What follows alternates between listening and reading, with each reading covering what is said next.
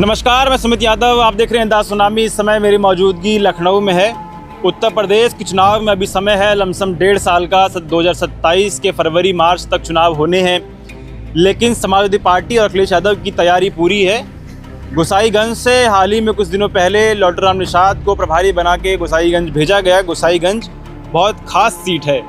ख़ास सीट इस वजह से क्योंकि वो एक पहला तो अयोध्या में आती है, दूसरा ये कि गोसाईगंज से अब वर्तमान में जो विधायक हैं वो हैं अभय सिंह। अभय सिंह 2022 में समाजवादी पार्टी के सिंबल से चुनाव जीत के गए थे। उसके बाद अपने अंतरात्मा की आवाज़ को सुनते हुए वो भारतीय जनता पार्टी में राज्यसभा के चुनाव में उन्होंने क्रॉस वोटिंग के भारतीय जनता पार्टी का हिस्सा ही कहिए, हिस्सा ही मान लीजिए। अब सवाल ये है कि भारतीय जनता पार्टी वहाँ से अभय सिंह को लड़ाएगी या खब्बू तिवारी को लड़ाएगी, क्योंकि समाजवादी पार्टी ने अपने तरफ से लौटूराम निषाद को वहाँ भेज दिया है। संभावित प्रत्याशी वही हैं। इस पर हम लोग चर्चा करेंगे। बातचीत करने के लिए हमारे साथ समाजवादी पार्टी के नेता और लौटूराम निषाद के भी बहुत करीबी हैं दारा सिंह यादव मौजूद हैं। बहुत बहुत स्वागत है दारा चैनल। जी बहुत बहुत धन्यवाद। कैसे देख रहे हैं गोसाईगंज के चुनाव इस बार?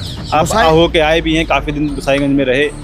अभी हालांकि 1.5 साल है, लेकिन क्या तस्वीर है वहाँ की? देखिए, बस वहाँ से डीएम द्वारा सर्टिफिकेट देने की ज़रूरत है बस। बाकी जो वहाँ पे जिस दिन से माननीय जी ने घोषणा कर दी थी, पहले प्रभारी बनाया था। प्रभारी बनाने के बाद वहाँ के लोगों में इतना उत्साह आ गया कि हमें एक नेता मिल गया। वो नेता जो समाजवादी का है। भाई देखिए, वहाँ की भारतीय जनता पार्टी का तो कोई है नहीं। वहाँ के जो पहले जो विधायक थे जो गद्दारी करके चले गए, अभय सिंह तो भाई वहाँ की जनता को ही ठगे, उन्हीं को तो बेच दिए। तो वहाँ की जनता ने ये कहा है कि मुझे जो माननीय श्री अखिलेश यादव जी ने दिया है वो मैं स्वीकार करता हूँ, और मैं साइकिल का इतना बटन दबाऊंगा कि भारतीय जनता पार्टी को इतना चक्कर आ जाएगा कि पता ही नहीं चलेगा उनका प्रत्याशी कौन है।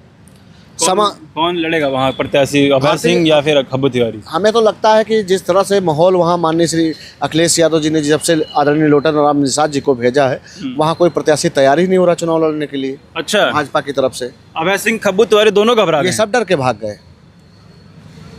अरे क्या आप बात कर रहे हैं? इतना धन बल है, इतना बाहुबल है, बाहुबली वाली छवि है, इतना वर्चस्व खब्बू तिवारी और अभय सिंह का वहाँ पे है। लगातार खब्बू तिवारी अभय सिंह वहाँ से कई बार विधायक रहे दोनों लोग। कैसे आप कह रहे हैं डर के भाग गए? क्या उनके धन बल से थे क्या वो? वो तो समाजवादी पार्टी माननीय श्री अखिलेश यादव जी जीतते थे ना वहाँ से। वो अपनी ओर से कहाँ जीतते थे भाई? उससे पहले प्रधानी का चुनाव है, लड़ लें दोनों लोगों का, जिनका नाम ले रहे हो हम तो जानते भी नहीं कौन है दोनों लोग। अच्छा, हाँ, लड़ लें भाई, प्रधानी लड़के वहाँ से साबित कर दे कि हाँ हम वर्चस्ववादी हैं। देखिए, बाहुबली न नोट बली, वहाँ चलेगा जनता का वोट, समझ गए? समाजवादी पार्टी ने माननीय श्री अखिलेश यादव जी ने आदरणीय लौटूराम निषाद जी को वहाँ पर भेजा है, और वहाँ के लौटूराम निषाद जी वहाँ के प्रत्याशी हैं। और जो वहाँ की जनता है जो अपने आप को ठगा महसूस कर रही, वो बस यही कह रहे कि बस चुनाव आ जाए, मैं साइकिल दबाकर अपना प्रत्याशी जिताकर विधानसभा फिर से भेज दूँ। अपने अंतरात्मा की आवाज़ से गए थे अभय सिंह, आप कह रहे हैं ठगा जनता महसूस कर रही है। भाई वो अपनी अंतरात्मा से गए थे ना, जनता के अंतरात्मा से थोड़े गए थे भाई। वहाँ की जनता तो समाजवादी को चुना था ना, अभय सिंह को तो नहीं चुना। अभय सिंह को नहीं चुना। अभय सिंह को क्यों चुनेगी? वो तो समाजवादी पार्टी को चुनाव निशान साइकिल को चुना था। वहाँ की जो सम्मानित जनता है वो समाजवादी है। भाई आप बता दीजिए कि कौन जीता था वहाँ से? अभय सिंह। अभय सिंह, फिर अभय सिंह। समाजवादी पार्टी जीती थी, समाजवादी के विधायक थे वहाँ। तो अभय सिंह का कोई योगदान नहीं? कौन है, क्या है वो, क्या है भाई? विधायक हैं तो अभी लड़ लेना, उससे पहले प्रधानी लड़ ले, जिला पंचायती लड़ ले ना। ये दोनों हिम्मत तो आप ये कह रहे हैं कि अगर सपा समाजवादी पार्टी और साइकिल का समर्थन अगर अभय सिंह को नहीं होगा तो प्रधानी भी नहीं जीत पाएंगे? कुछ नहीं जीत पाएंगे। अच्छे अच्छे लोग कर चुके हैं और उनका परिणाम क्या हुआ है आप देख लीजिए। दारा सिंह चौहान घोसी है, देखिए ना क्या हुआ था उनके साथ। तो वही होगा। देखिए, मैं माननीय श्री अखिलेश यादव जी ने कहा था कि एक बार आप हमसे झूठ बोल लेना, मगर हमारी सम्मानित जनता को धोखा मत देना। और गोसाईगंज की जनता को उन्होंने धोखा दिया है, उनको बेचने का काम किया है सिर्फ अपने निजी स्वार्थ के लिए, समझ गए? मैं कह रहा आप चलाएं काफिला, अब उसी तरह धकाए। अब एक की तो कुटाई हो गई एयरपोर्ट पे, एक हो गई ना, उनको भी पड़ेगा जवाब देना। तो ये गोसाई यही आप जो मारपीट कुटाई की आप बात करते हैं, इसीलिए लोग डरते हैं, कहते हैं कि आहिरों का सरकार, समाजवादी पार्टी की सरकार आ जाएगी तो आहिर जो है मार पिटाई करते हैं। बस इसी पे हम तुमको लाना चाह रहे थे। हाँ। क्योंकि ये दुष्प्रचार जो बहुत ज्यादा किया गया है उत्तर प्रदेश में। हाँ। एक बात बता दीजिए, समाजवादी पार्टी की सरकार थी, माननीय अखिलेश यादव जी ने किस यादव का सपोर्ट कर दिया? उन्होंने एक बात बता दीजिए, 10-90 चालू किया, किसके लिए शुरू किया था? भाई अगर बहन बेटियों के साथ कोई शोषण कर रहा, अत्याचार कर रहा है, इसीलिए 10-90 चालू किया था।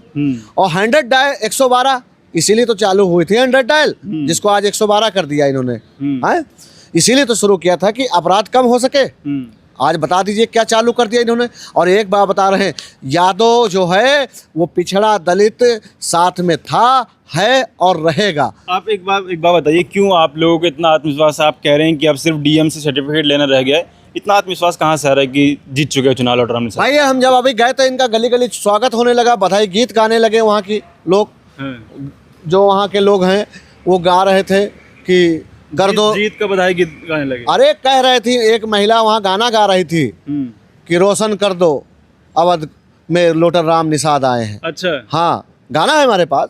हाँ वहाँ पे था, वो हो रहा था। तो वहाँ की जनता माननीय श्री अखिलेश यादव जी को धन्यवाद दे रही है, और वहाँ के सारे पदाधिकारी इतने खुश हैं कि बता रहे हैं कोई विरोध नहीं। पहली बार उत्तर प्रदेश में ये हुआ कि एक जमीनी नेता का जैसे नाम घोषणा हुआ। अयोध्या नहीं, उत्तर प्रदेश भर में चर्चा है और पूरे देश भर से बधाई आ रहे हैं। आप लोग आदरणीय लौटराम निषाद जी से पूछ लेना। अभी हाल ही में अयोध्या के सारे नेताओं को बुलाया गया था, अखिलेश जी ने बैठक करी थी, उसमें आनंद सेन और अवधेश प्रसाद, पवन पांडे सभी लोग थे। क्या बातचीत उसमें हुई थी? बात देखिए ये हुआ है कि माननीय जी मीटिंग लिए, बोल दिए हैं और सबने आश्वासन दिया है कि मैं लौटराम निषाद जी को जिताकर विधानसभा भेजूंगा। अयोध्या के सारे नेताओं ने, सभी ने कहा, कोई किसी का विरोध नहीं हो रहा है।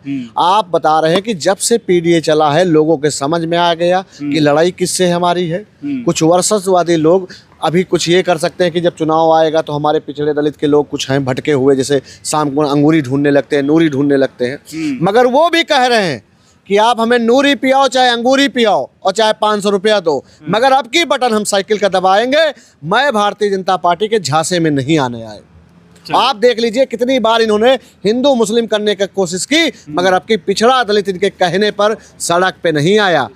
और क्या कह रहे हैं कि भाजपा की सरकार है इसलिए दंगा नहीं। अरे भाजपा की सरकार नहीं, आज हमारा हिंदू जो हमारा पिछड़ा समाज है वो जाग चुका है। उसे पता है कि हमारे आरक्षण का विरोधी कौन है, हमारे बेटों की नौकरी खाने वाला कौन है, हमारे बच्चों का भविष्य बर्बाद करने वाला कौन है। आज जब पेपर हो रहा है तो हमारे बच्चों का पेपर लीक करने वाला कौन है, ये सब उत्तर प्रदेश जान गया है। आज उत्तर प्रदेश की माएँ कह रही हैं कि बस 27 आने दो, भारतीय जनता पार्टी में तुम्हें बताऊंगा कि तुम लोग कहाँ जाओगे। चलिए ठीक है, 27 का इंतज़ार है, लेकिन तैयारी अभी से शुरू हो चुकी है। वो एक जो पीडीए की नीति, पीडीए का नारा लेके अखिलेश यादव चल रहे हैं, जिसका फॉर्मूला उन्होंने 2024 के लोकसभा चुनाव में लागू किया, जिसका लाभ भी समाजवादी पार्टी को देखने को मिला। अब तक पूरे इतिहास में समाजवादी पार्टी सबसे ज़्यादा लोकसभा सीट जीत के आई, सबसे ज़्यादा वोट परसेंट इस बार लोकसभा के चुनाव में समाजवादी पार्टी को मिला। तो ये जो पीडीए का फॉर्मूला है ये 24 में हिट रहा, अब 27 में भी उसी के तहत समाजवादी पार्टी और अखिलेश जी इसको आगे लेके चल रहे हैं। गोसाईगंज लौटराम निषाद को भेजा गया, आगे की क्या तस्वीर होगी वो भी हम लोग आपको दिखाएंगे। फिलहाल आप क्या सोचते हैं अपनी राय कमेंट बॉक्स में दीजिएगा। ये वीडियो में खत्म कर रहा हूँ, आप लोगों से मुलाकात अगली वीडियो में होगी। जुड़े रहें हमारे साथ, तब तक के लिए नमस्कार।